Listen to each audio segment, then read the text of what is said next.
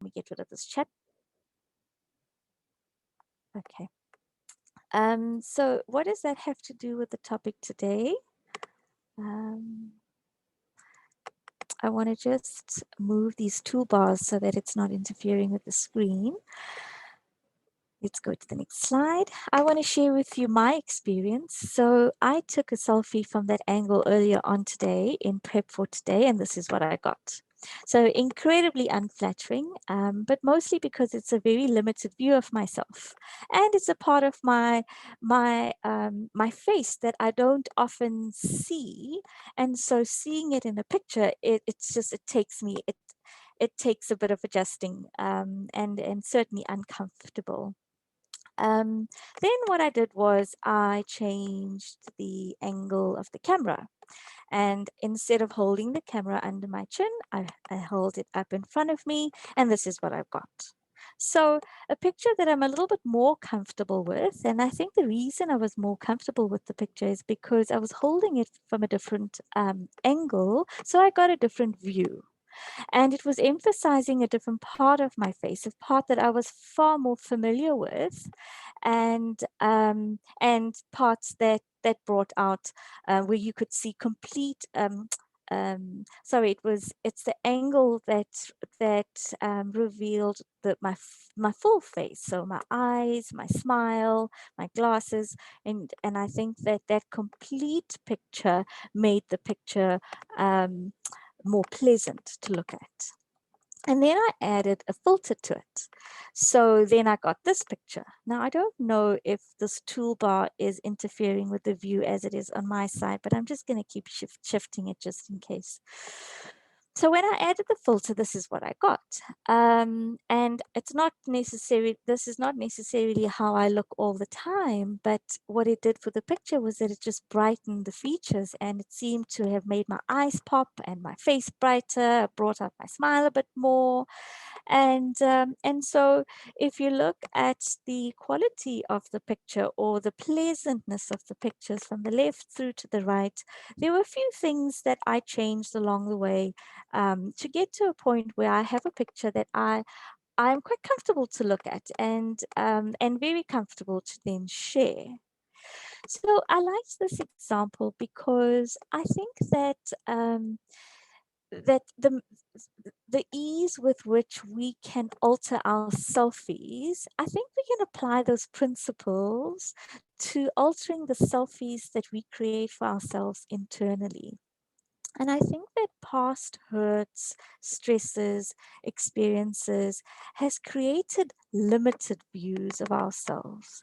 And it's created internal pictures of ourselves that when it comes up, that when it's triggered by the outside, it's quite painful to be exposed to. And so perhaps then that pain or that level of uncomfortableness or awkwardness manifests through our behavior in different ways. So that's the first thing, is that our past wounds, and the meditation before this seemed to be quite apt. Um, Past wounds have created, or at least led to the creation of these unflattering selfies that lie within us. Then, if we want to get a slightly different picture, focusing on different parts of us internally, where with the selfie, I changed the angle of the camera. What I want to talk to in today's talk, or at least offer some practical tools that we could use to reframe thoughts through supported reflection and meditation that could help give us a better picture internally. And then the filter aspect is important because if I don't emphasize it, and if I run out of time later on, I want to do it now. I often say this, that meditation and reflection alone cannot bring about self-transformation and bring about that sort of cognitive change that will translate in behavior. We have to combine it with more practical development techniques. And for today, I'm going to focus on skills. So a combination of meditation and some related techniques and skills development combined is what I'm suggesting as a means to undo some of the self sabotage that we sometimes inflict upon ourselves. So, this is really the introduction to today's talk, and really wanted to explain.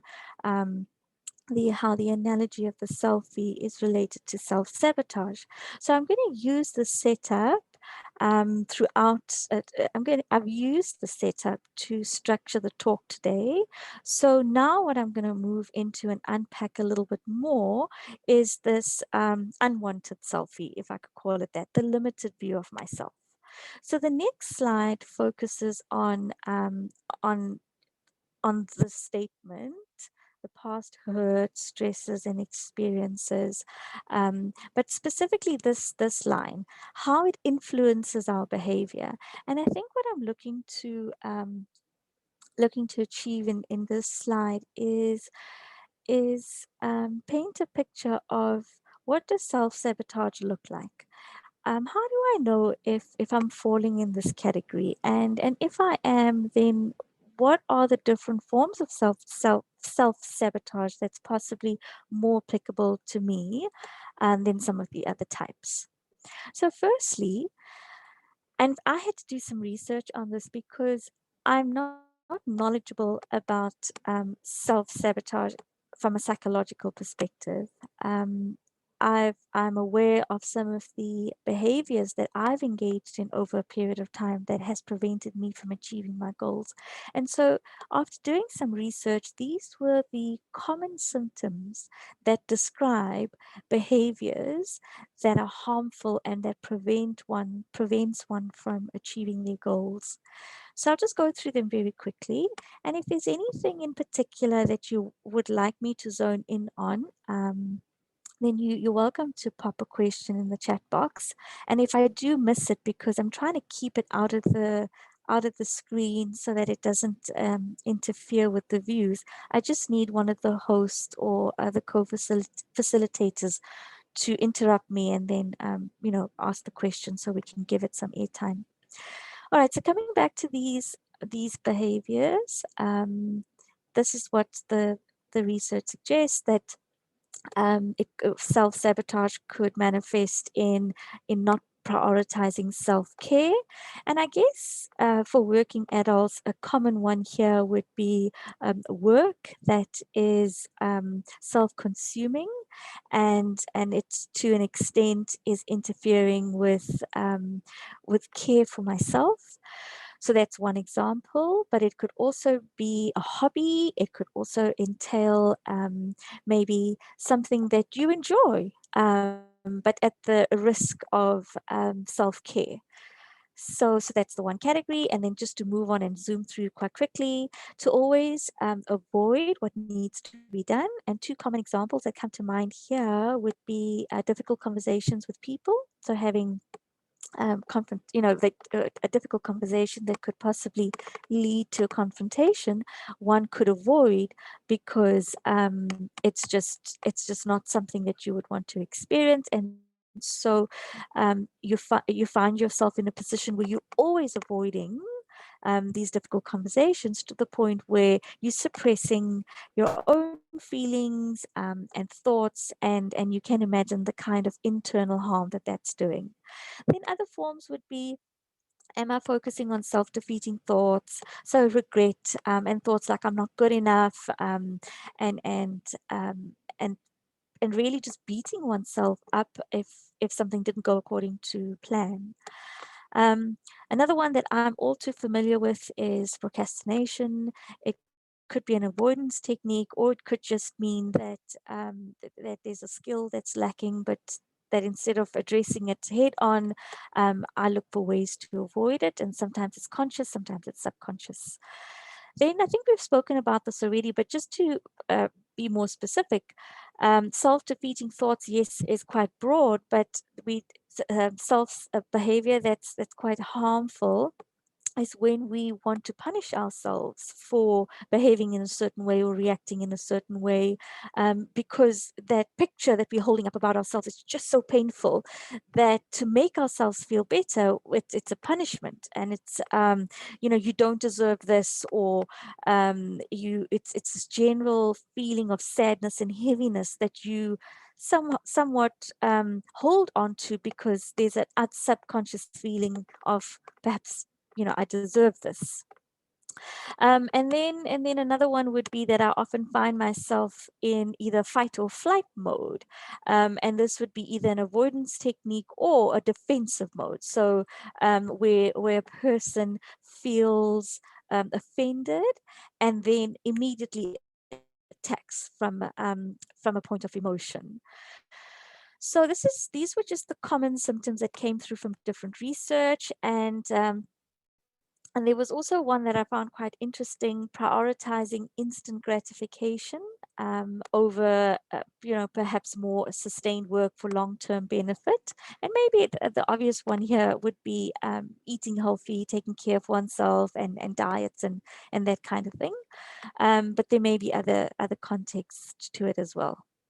So this I found interesting, but really what was more important to me in my journey was why, the why behind this. So if these are the symptoms and if this is what manifests in the behavior, then I needed to understand where it was coming from.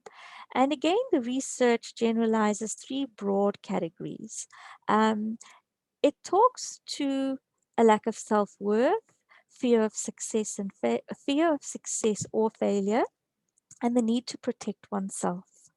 Um, and and again, as generalized as this may seem, I think that if you do relate to any of these behaviors and you just reflect on it a little bit more, you might find that these thoughts are fairly common thoughts. So I'm not smart enough. I'm not qualified enough. I'm not good enough. So I don't deserve to get what I want.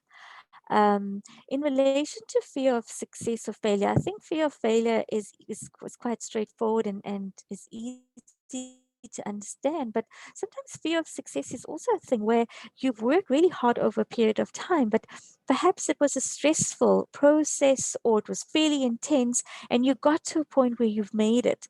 And so now internally, there's this conflict of not wanting to have to go through that again.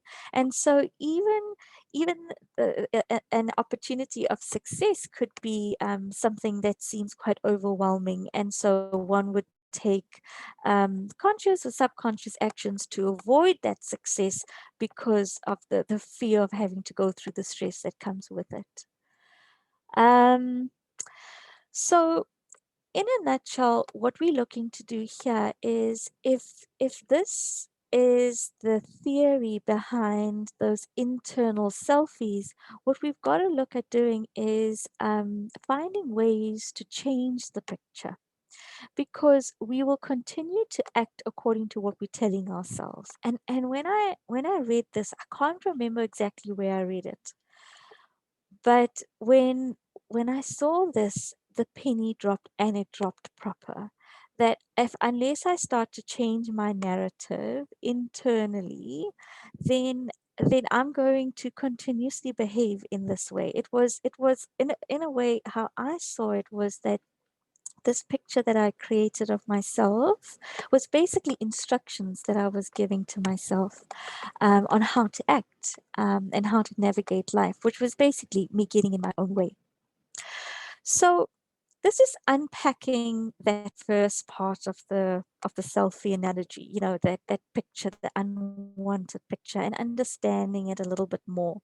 But now what we want to do and spend some time on is changing the angle of the camera, because we want to get to a point where we're reframing our thoughts, and I want to specifically touch on reflection and meditation. But what we're trying to achieve is we internally we want to shift our picture from that to that. And so there's many ways to do it. And again, I've read a few books, but I've also done a lot of research on it, and there are several techniques.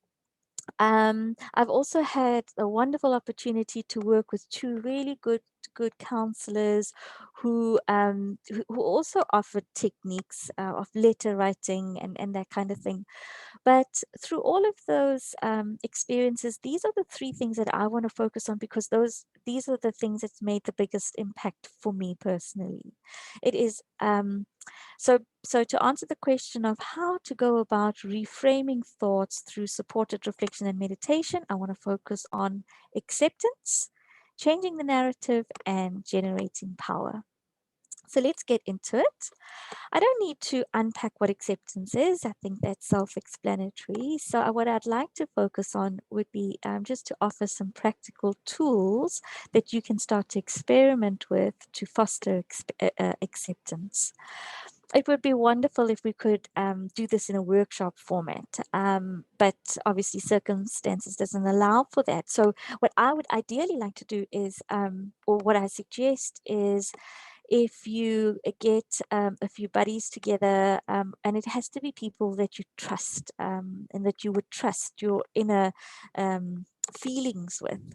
So you get together, you make it a bit of a social, you have tea and snacks, like you would for a book club or something to that effect, and then you workshop yourself through these tools. I think that would be the most productive way to do it. But you can also workshop it for yourself. So the first thing that I'm suggesting in an attempt to foster acceptance is you've got to choose one thing that's holding you back, slowing you down, or that you don't like about yourself. And then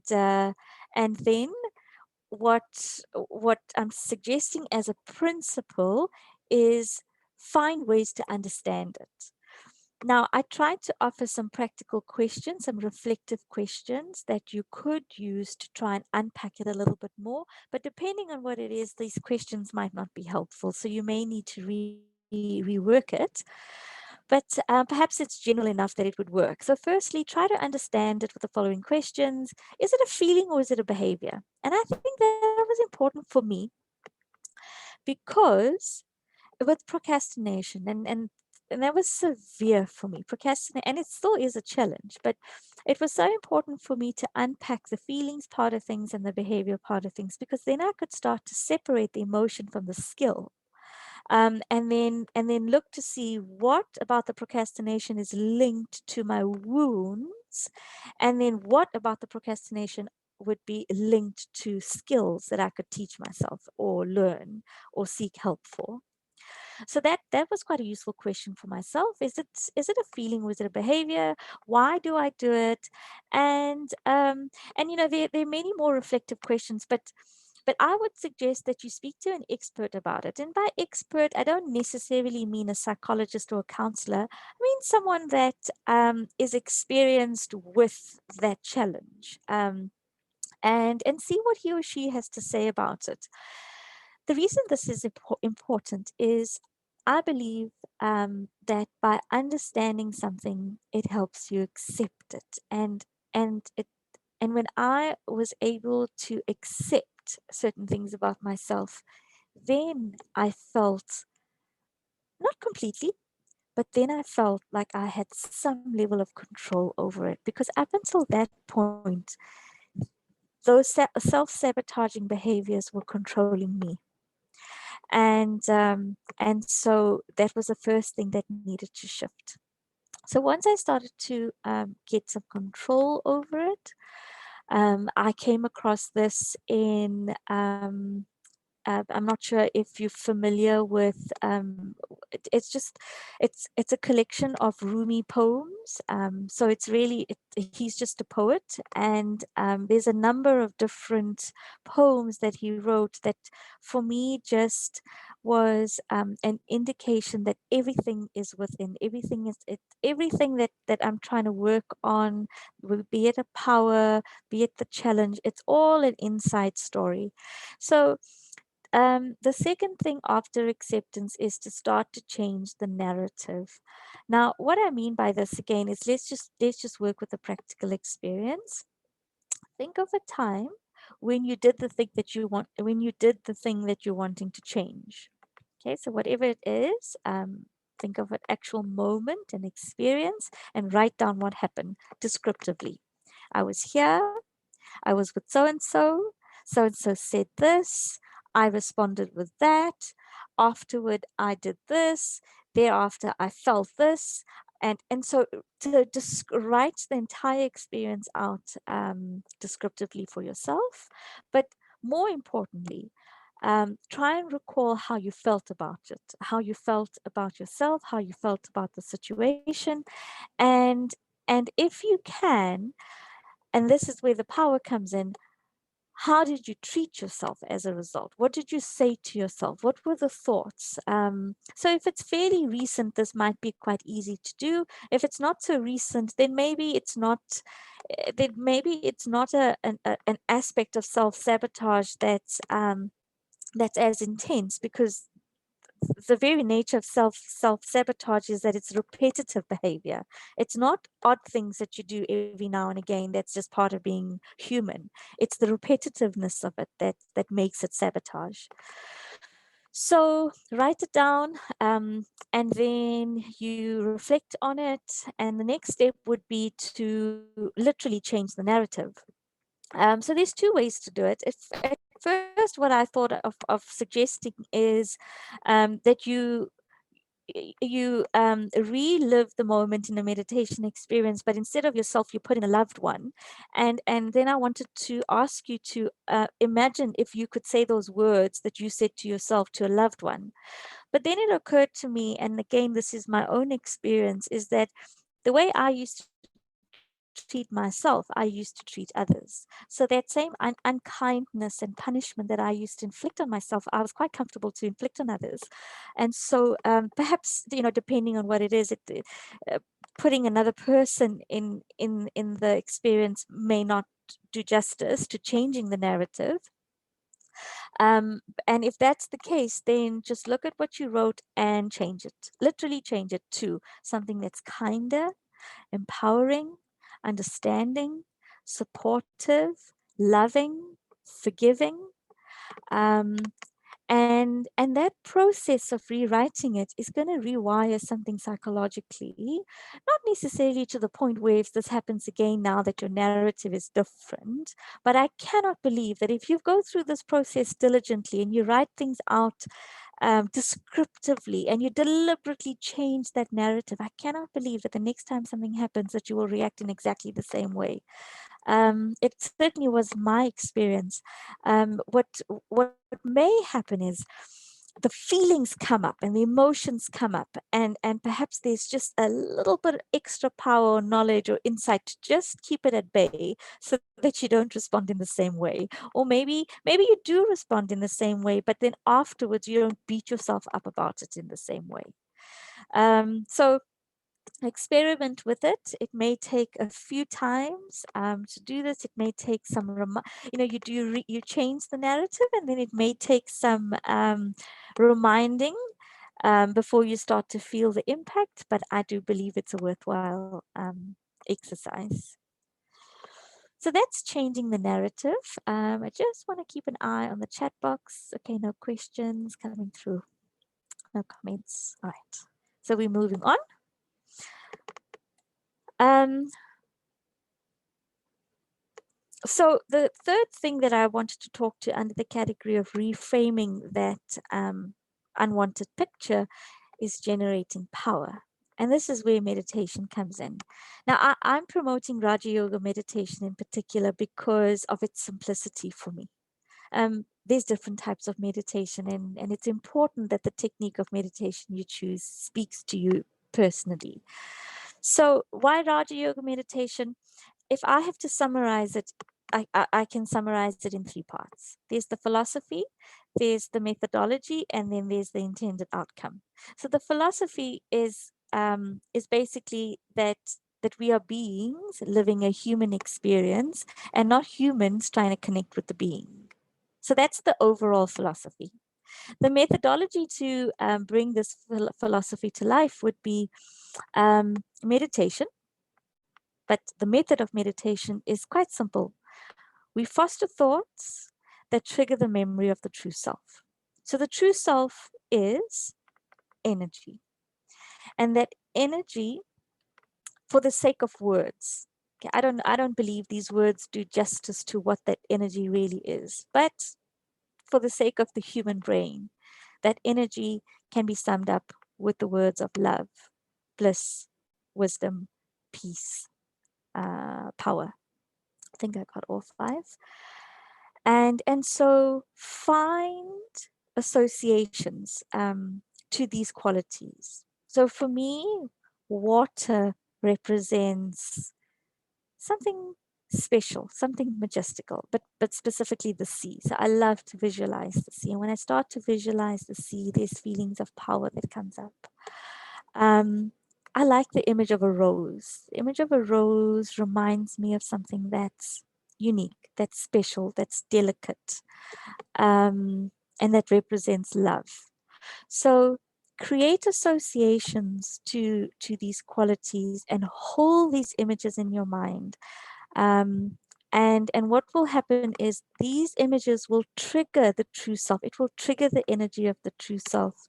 And when that energy emerges and it starts to get stimulated and it's now mixing and it's coming alive, you've got to find ways to sustain it. And you sustain it through discipline, something that I can't unfortunately preach too much about, because that's also something that I struggle with. But we've got to sustain it with discipline.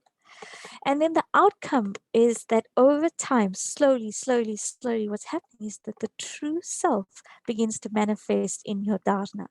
Now, I use the word dharana because it's a Sanskrit word that combines action, personality, the vibration that you give off in engaging with others, like the energy that you give off. So there's no real English word that does justice for it. So I really like that word dharana.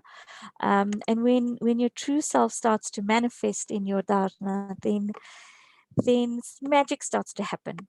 So these three combined needs to become a practice, and the practice would be meditation. And I suggest morning meditation and evening meditation.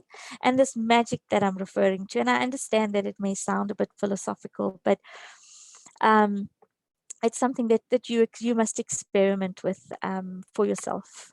So what's happened for me over the years, when I say over the years, I'm talking over 20 years. So this is not, these are not, look, it may be different for different people, but for me, it was a challenge after challenge after challenge. And in between the challenges, small wins along the way.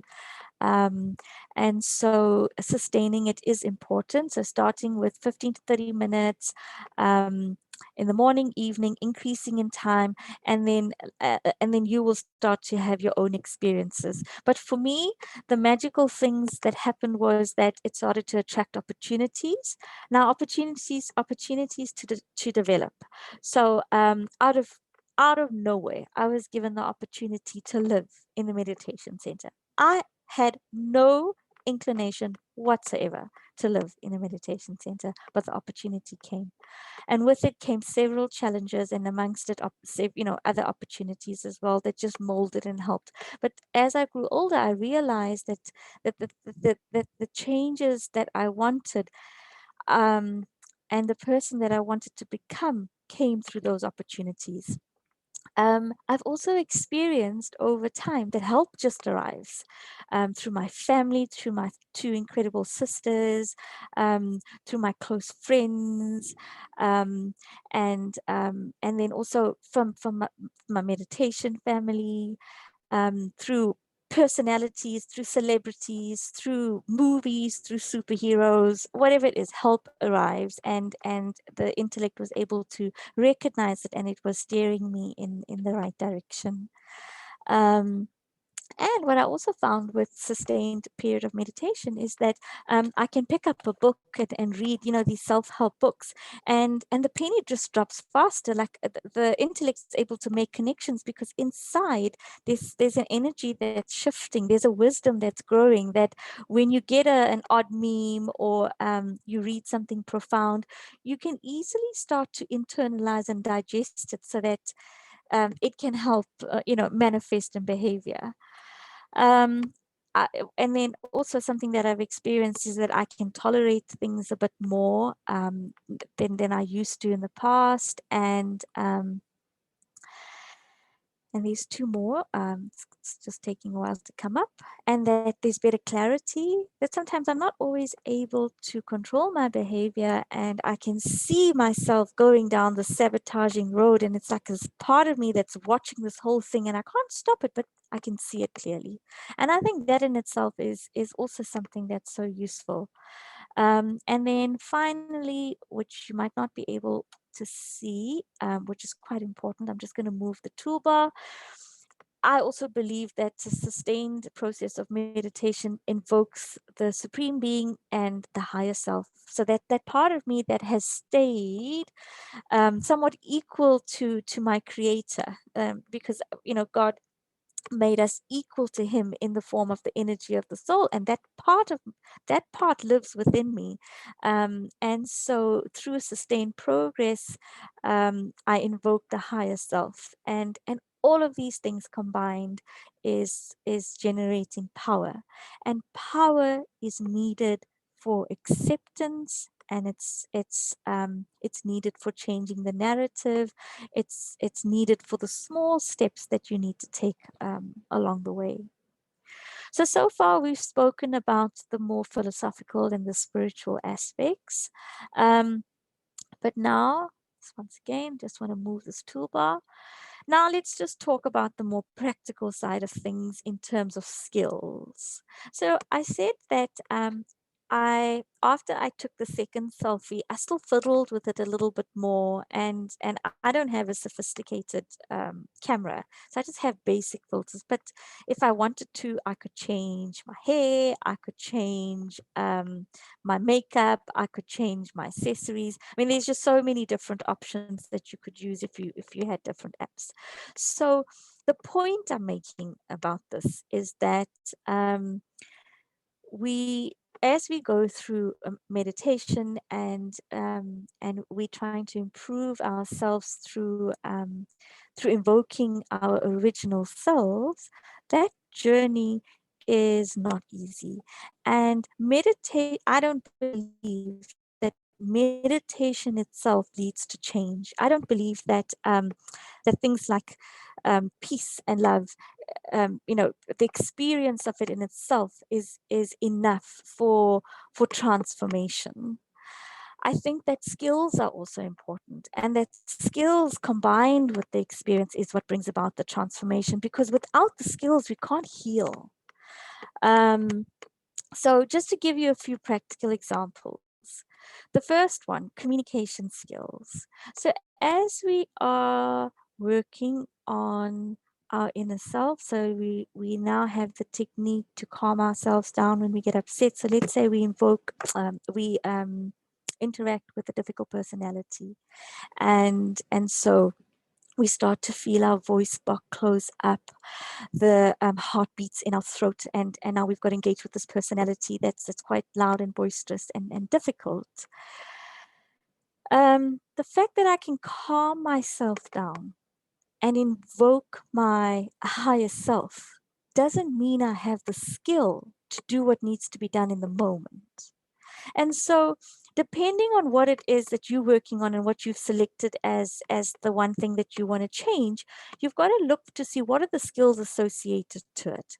And for me, around the procrastination and some of my other challenges, communication is a big thing. It's the center point of my job.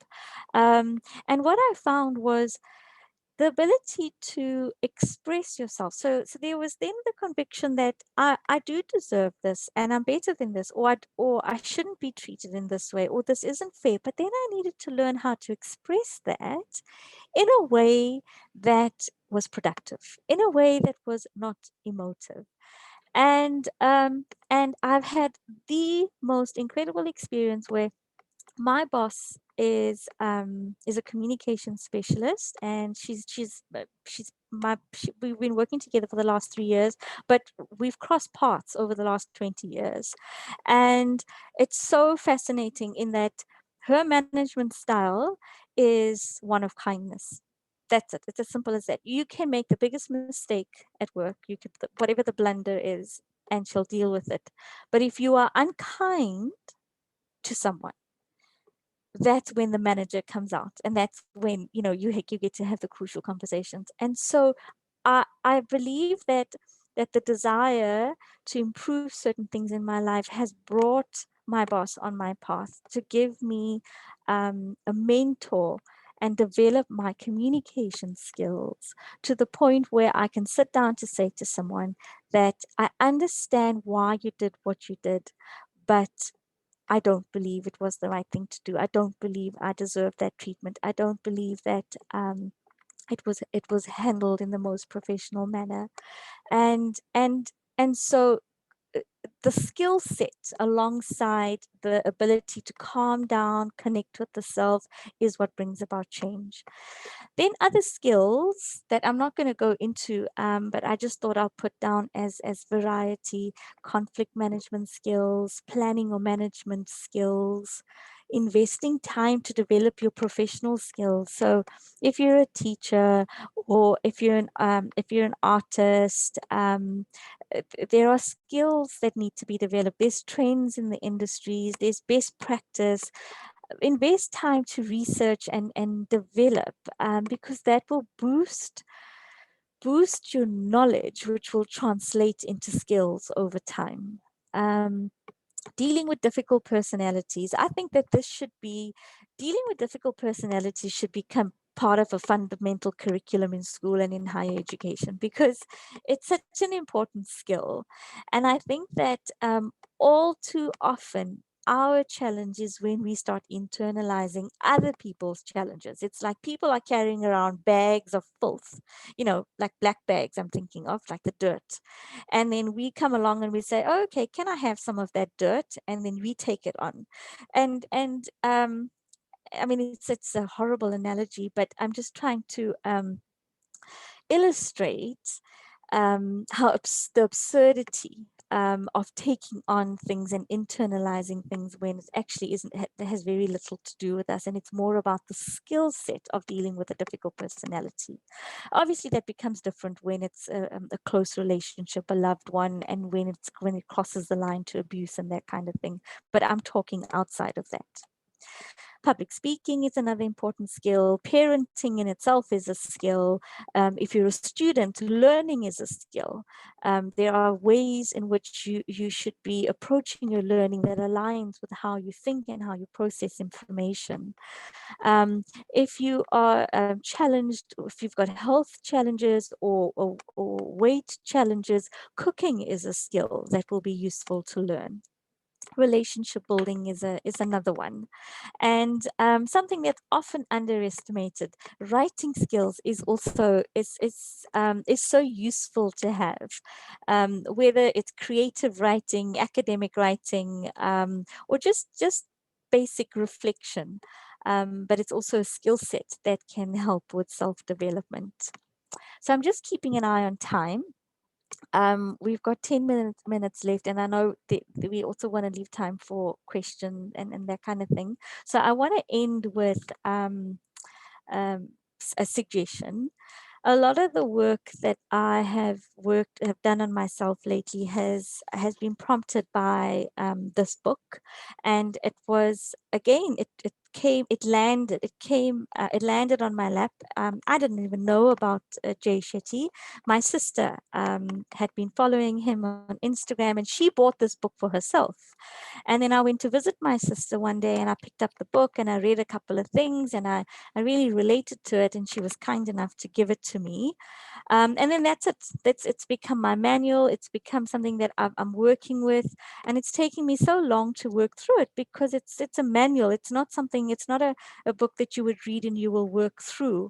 But what it's done for me is it's helped me take the religiousness out of meditation, and instead of beating myself up about not being calm or peaceful or this type of a yogi or this this type of a person, it's teaching me how to transform my thinking. So, his entire journey is from a Buddhist perspective, and he was a monk that's now come back into the so-called working world, and is now trying to teach these skills for everyday life. And I want to conclude with something from his book. And the reason I want to do that is that he makes a connection between the ego and self-sabotage. Now, it's not something that I can go into any kind of depth with, obviously, because we don't have time, but also because it's such a broad topic. But I'll leave you with it. And if there's anything in here that intrigues you, then perhaps you can buy the book and work through it yourself. So the heading is Keep an Eye on Your Ego. And then he says, with increased awareness, we begin to notice specific moments or circumstances when our egos flare. Once, a group from the ashram backpacked across Scandinavia, hosting pop-up meditations in city centers. Most people we encountered were very warm, interested in health, and open-minded to meditation. But at one of our stops in Denmark, I went up to a gentleman and asked, "Have you heard of meditation? We'd love to teach you." He said, "Couldn't you do anything better with your life?" My ego fled. I wanted to say, "I am not stupid. I am smart. I graduated from a really good school. I could be making six figures. I didn't have to do this. I chose it." I really wanted to set this guy straight. Instead, I said, "I hope you have a wonderful day. If you want to learn how to meditate, please come back." I felt my ego respond. I noticed it, but refused to indulge in it. This is the reality of keeping your ego in check. It doesn't disappear, but we can observe it and limit its power over us. And then, I mean, there's a whole lot more, but I'm just going to stop there. So, I'm leaving you with those practical tools and bringing back the relationship between the ego and self-sabotage, because as practical as some of these things are, at the end of the day, it's easier said than done. And so understanding that emotion from a spiritual perspective and how it's linked to the ego could be another way that you could escalate or fast track the progress. So we don't have a lot of time. We've got about 6 minutes left. I wonder if anyone has any questions or comments before we then move on to meditation.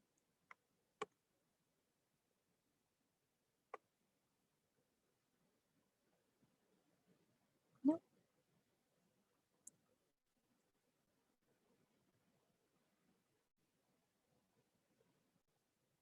Okay. All right. So then thank you very much for your time. I'm now going to hand back to the host and stop sharing on my side.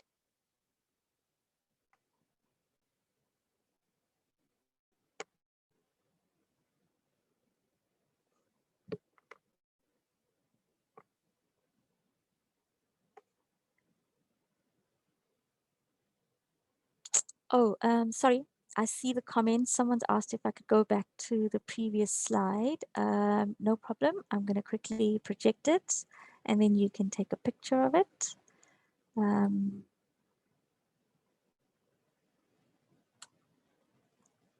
Was it this one? I'm just going to click through the last couple so then you can take a picture of it, of what you've missed. Oh, okay, there's that. Then there was this. Okay, and there was that. Okay, I hope you got it.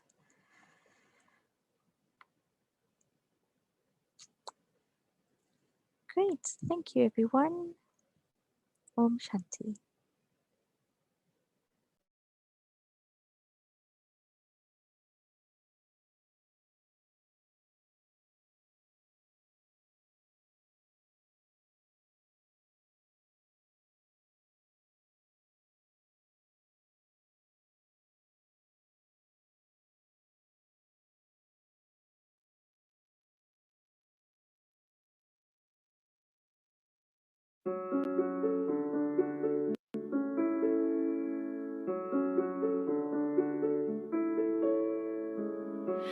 Life is what you make of it. It's the fire in your soul. If you keep on hiding it from the world, you will never know who will see the best in you and stand by you through the storms. So keep shining bright like the sun, and don't stop for anyone. Some will stay, some will go. Always remember, they don't define who you are. Let them stay, let them go. Never forget, you gotta love who you are. And those who love the real you are meant for you.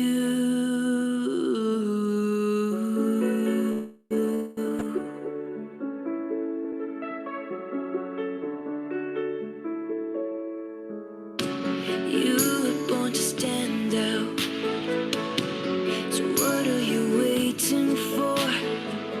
When you realize you were one of a kind, no one can dim your light.